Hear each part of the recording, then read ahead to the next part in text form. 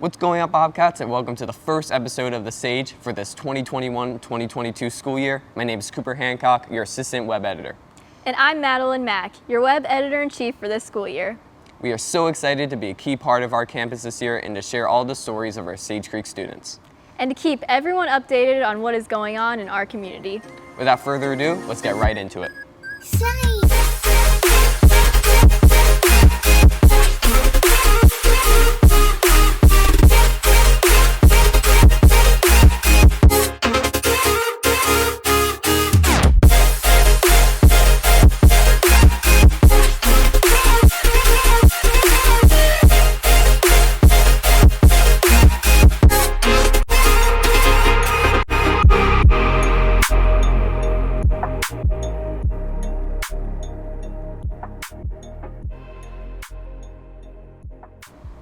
First up, we have co-sports editor Nick Cepek to fill us in on global news and a new segment for this school year. Take it away, Nick.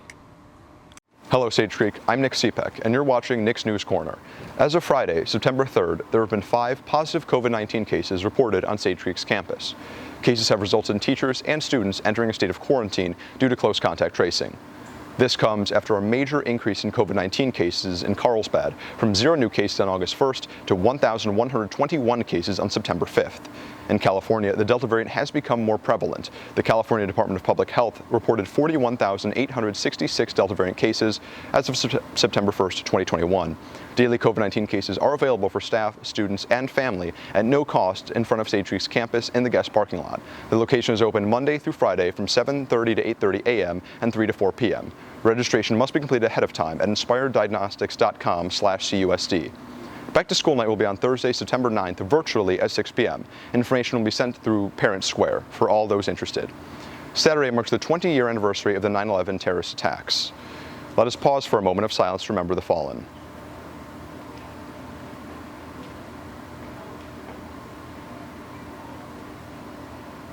That's all we have this week's Bobcats. Back to the Sage. Thanks, Nick. As you can see, our campus is once again back at 100% capacity. Navigating to your next classes and knowing where to find important resources can be tricky for those who are on campus for the first time this school year. Luckily, next up, we have a Sage Creek guide by Nancie, Jason, and Samuel to help answer any questions you may have. Thanks, Madeline and Cooper. I'm Jason Chase. And I'm Nancie Huang-ball. Here's a welcome to Sage Creek. I'm Samuel Dyer. With school returning this year, students should get to school early. Really, guys, get to school early. You don't want to be like Jason over here. Starting off with the main buildings, this is the 3000 building. This is where all of your world language classes will take place, as well as several college pub classes and electives. And right around the corner happens to be the nurse's office.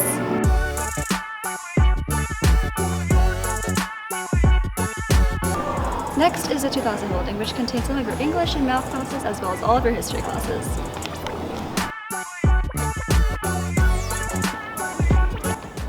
In between the 2000 and 1000 building contains several water fill stations. Currently the water fountains aren't available, but the water fill station is.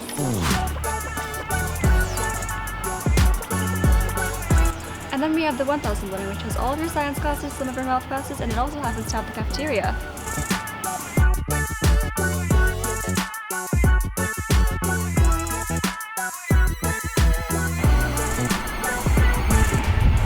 And right above the cafeteria happens to be the ASB room. This is where you can normally buy your dance tickets as well as Sage Creek merch, but for now, check out the ASB store online. Along with school, there are many fun sports students can try out for, including basketball and volleyball.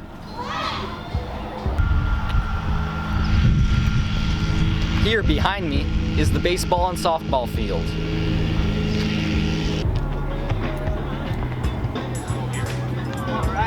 Here in the football field, you can try out for sports like soccer, track and field, and lacrosse, except football. But we still have very fun athletics.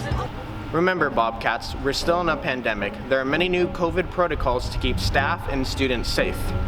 Sticking to seating charts are very important. Should someone go down with COVID, contact tracing must be used in order to keep students and staff safe. Some of the new COVID protocols include wearing masks indoors at all times. Additionally, you have to step outside to take a drink of water. That will be it, Bobcats. So, good luck out there. That's mostly all you're going to need to know for this school year.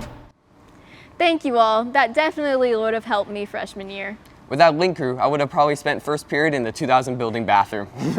Talking about Link Crew, coming up next, we've got a piece on the core values of Link Crew by Leo, Austin, Lana, and Juliette, and how the group's focus has shifted to connection in light of the social impacts of the pandemic. Take it away, guys. This scene is likely a familiar one. Many of us, including people new to our campus this year, spent a pretty good amount of last year as little boxes on a computer monitor. Though the jury is still out on the effectiveness of distance learning, one thing is pretty much for sure.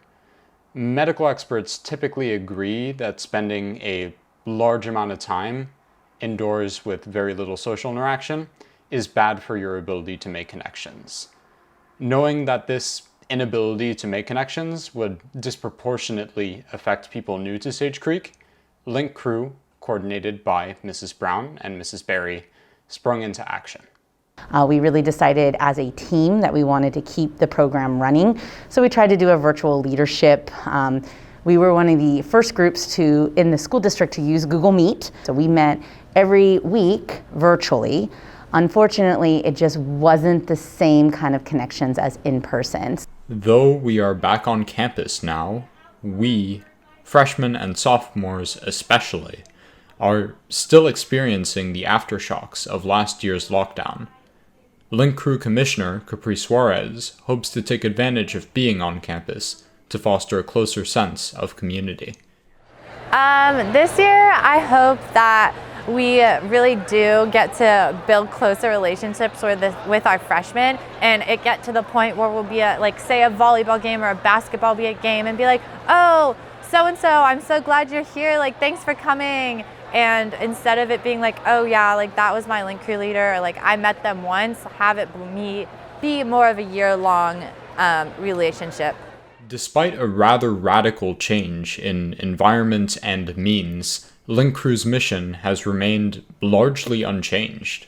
We want to pay it forward with this program. We're hoping that by our leaders continuing to grow and mentor the next generation of leaders, we're leaving behind a legacy. And that's really the intent of the program. It's never like you're just done and Link Crew's done. It's always a continuous cycle. And it's so important as it is for the leaders to mentor the 9th graders. I think that the 9th graders also inspire our leaders. This has been Leo Ambrogelly, Austin Ju, Lana Esker, and Juliette Deliseo for The Sage. Wow, I would like to take this opportunity to thank all Link Crew members for welcoming our freshmen and making them feel comfortable and supported throughout their first years of high school. I can't agree more. For our last package of today's show, we have co-sports editor Kayley Teagle with a sports update.